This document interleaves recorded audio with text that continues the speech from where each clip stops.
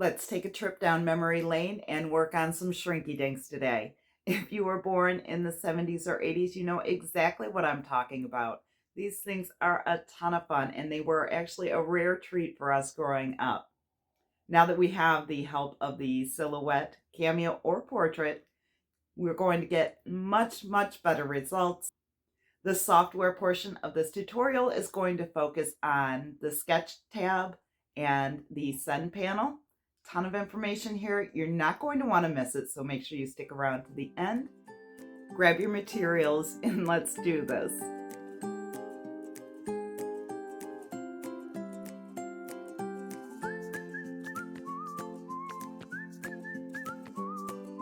Okay, here we are in Silhouette Studio. I have pulled in the SVG that I want to work with, and I have my page set up with a custom media size set to 8 inches wide and 10 inches high. That is the size of my Shrinky Dinks material. Now the first thing I'm going to do is duplicate this SVG. We're going to be making a lot of modifications to the file, and I like to have an extra on the page just in case something goes wrong. Now we need to set this to the correct size. Shrinky Dinks will shrink to 1/3 to 1/2 of the original size. I'm going to set this at 3 inches wide, and the finished product will come out at around 1.5 to 1 inches in width. Place that up at the top. Now I'm going to ungroup it because I want to duplicate this flower and this flower. I'm going to resize both of my flowers so that they are 1.5 inches wide. And I have kept my lock aspect ratio button locked for this. Now that I have everything sized properly, I'm going to go ahead and group this back together. Then select all of the elements and create an offset. And that offset is going to become our cut line for the Shrinky Dink material. Now you can see with the offset, it has created some cut lines in the centers. I do not want those. So I'm going to go ahead and right click, release compound path. Then I can pull the design and the outline away. Then I can select the bits and pieces that I don't want, right click, and delete those. I can select both of these, center, and move that back into place. Now we can work on this one. We can right click, release compound path, and then we can just grab this middle circle and right click, delete. Now we have created cut lines for our Shrinky Dink material. We want to create the holes in the Shrinky Dink material for our jump rings. So we're going to grab a circle here. We're going to hold down our shift key and pull out just a bit. Now your circles will shrink as well. You need to remember that. I'm going to need 4 holes, so I'm going to duplicate this 3 times. And I'm going to get them placed where I want them. I'm going to go ahead and zoom in a bit so we can see better. Let's select these, bring them over. We're going to move this one up to the top here. We're going to place this one here. You can use your arrow keys to get it set properly. I think I'm going to pull this one up just a bit. Now I'm going to place one here. I'm not sure if I'm going to be happy with that or not, but we're going to give it a go. I may not like that once it's cut. We'll see. And I'm going to place the other one up here maybe. I'm going to move my designs out of the way. I'm going to select these individually and make a compound path. Now we can put our designs back in place.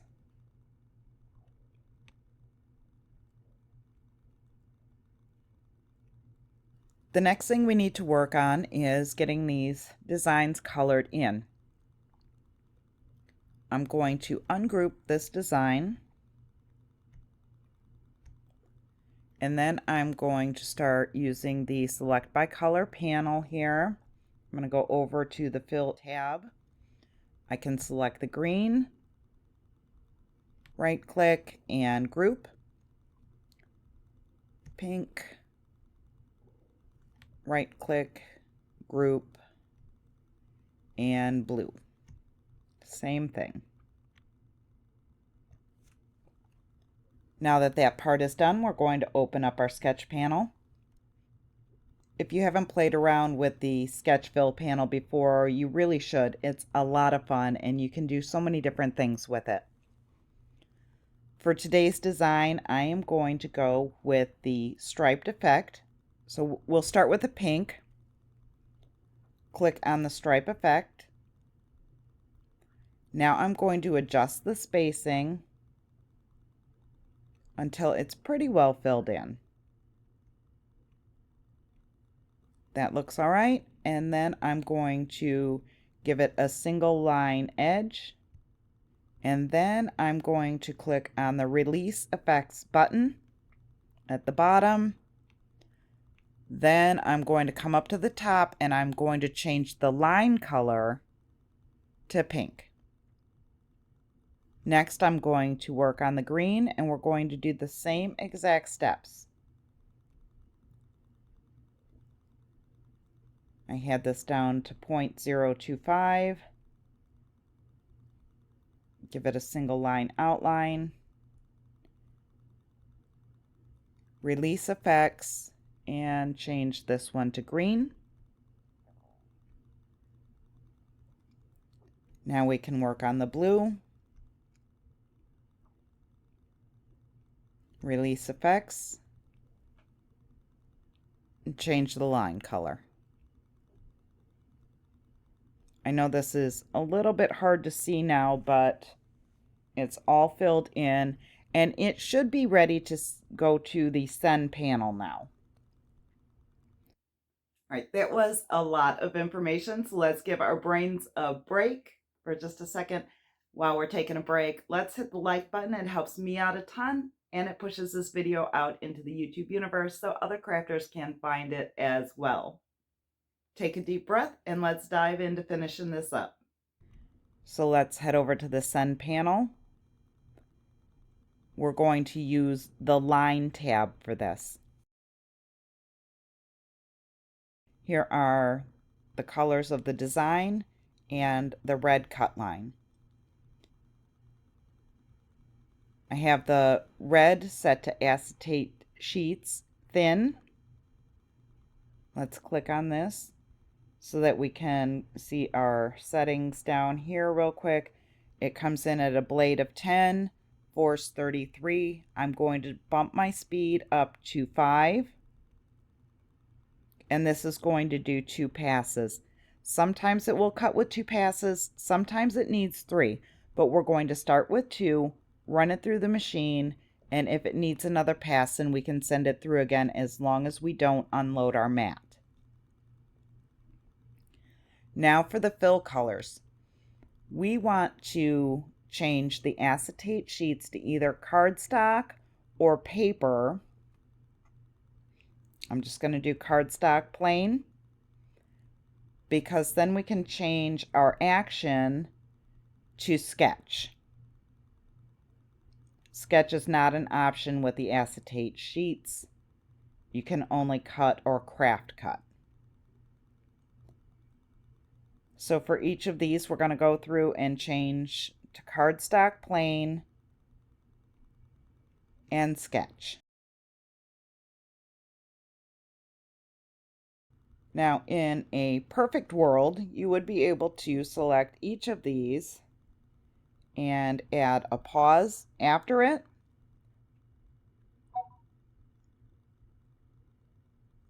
And then your machine should pause after each step to allow you to change your pens out, and then for the last one, put your auto blade in. However, this has not been working for me today. I do not know why. So I'm going to show you a different way to do this in case this ever happens to you. We're going to remove the pauses. Just click on each one and then click on remove pause.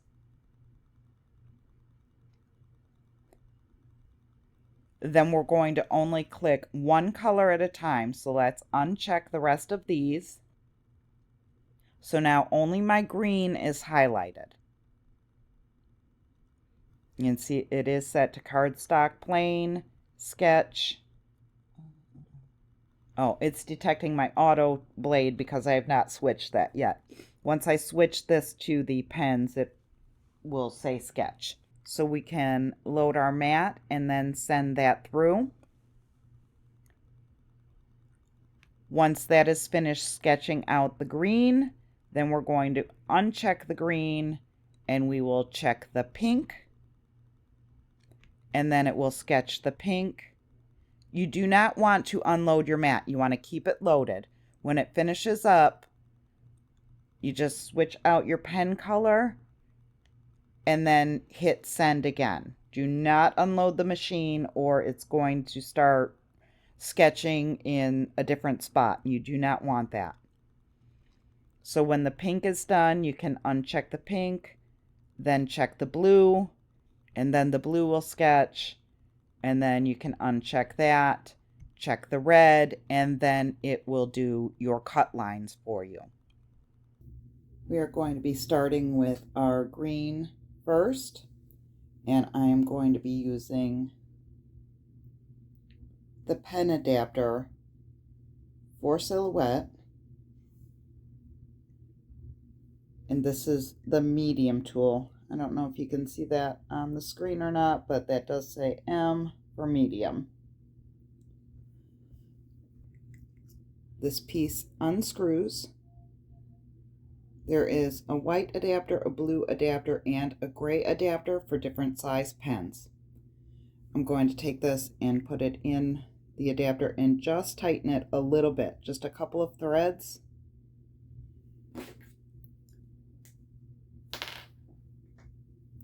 Then I'm going to take the pen and place it in the adapter and press until you can see that the end is through the bottom of the adapter.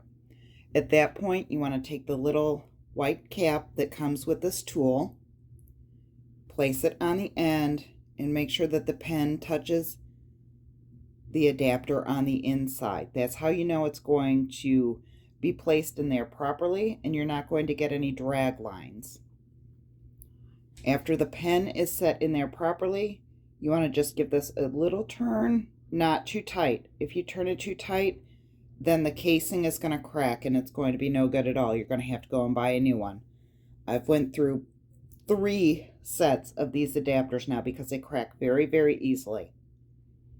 Once you have the pen set in place, you're going to take the adapter and you're going to put it in your machine just like you would the auto blade. So you're going to place it in the holder, slot one on the carriage, hold it firmly, and then push the tab in so that you can see the blue dot on the tab. That means it is secure. Remove the auto blade, put the adapter in, press in the tab.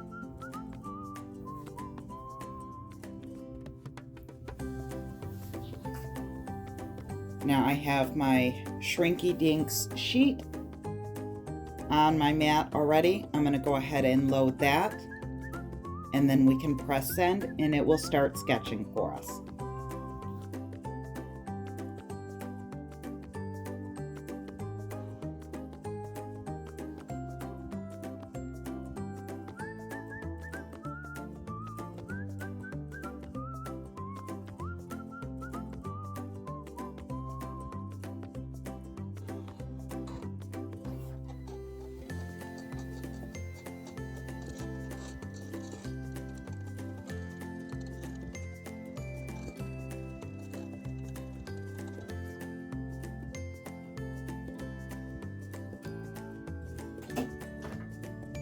Now I'm going to switch from the green pen. I'm going to loosen it just a little bit. Pull the green pen out, put the pink pen in.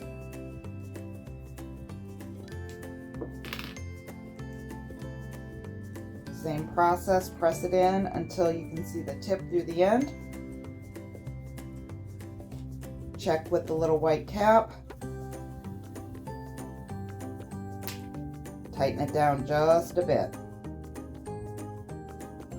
Place it back in the machine.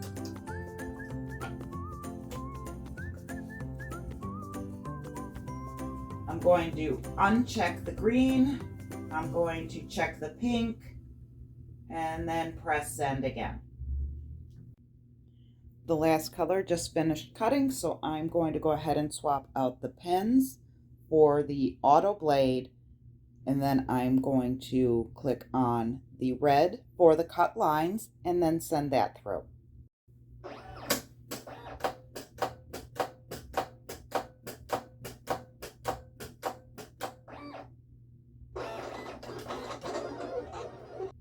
I'll check the cut before I unload the mat.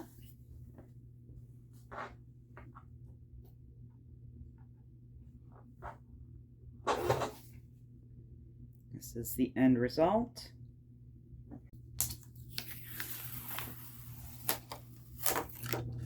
Now I'm going to preheat my air fryer oven to 325 degrees, and then we are going to pop these in after the oven is preheated and bake them for 1 to 2 minutes.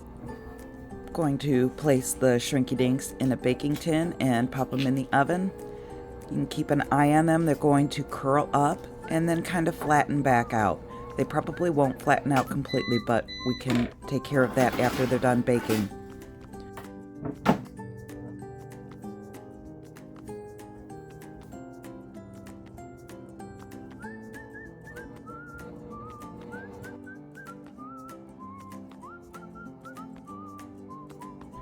Once they're done, just pull them out of the oven.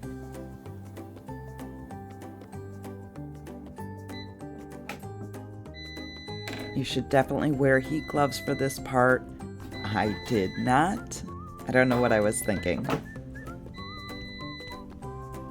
The Shrinky Dinks will cool down quickly, so you want to place them in between 2 pieces of parchment paper or Teflon sheets, and then put something flat and heavy on top. This will help them to flatten out.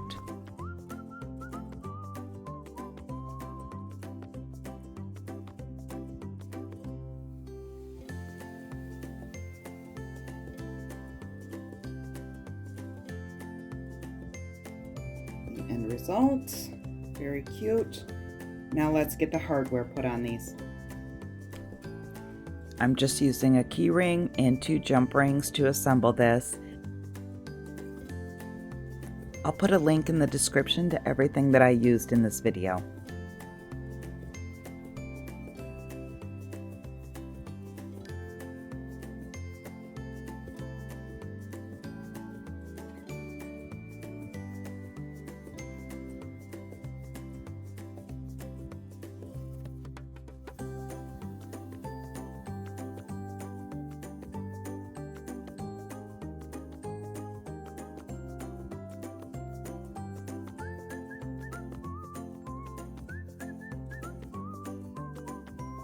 There's the final product.